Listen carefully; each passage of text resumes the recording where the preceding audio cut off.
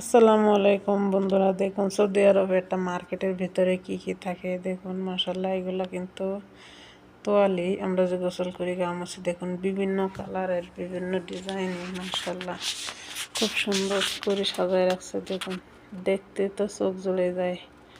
দেখুন, এই সাইডে আছে ছোট ছোট ফুতা, এইগুলা দিয়ে আপনার রান্নাঘরে ব্যবহার করে, যে রান্নাঘরে হাঁড়ি পাতিল বা চুলা বা জিনিসপত্র ঘরের ভিতরে মুছামুছি করে ছোটোগুলো দিয়ে। আর এইগুলো হচ্ছে কম্বল। দেখুন, এই যে সেট কম্বল, আমার এইগুলো অনেক পছন্দ। আর একটা আছে কিন্তু 8,000, 10,000, 12,000, 16,000, 20,000, মানে যেমন নেবেন সপ্তাহ পাওয়া যায়।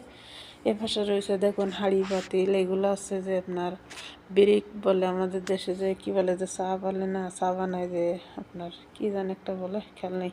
যাই হোক, দেখুন এ কত সুন্দর সুন্দর মাশাআল্লাহ পাতিল ডিজাইনের। আর এগুলো দেখেন একবারে মনে হচ্ছে 24 ক্যারেটের সোনা।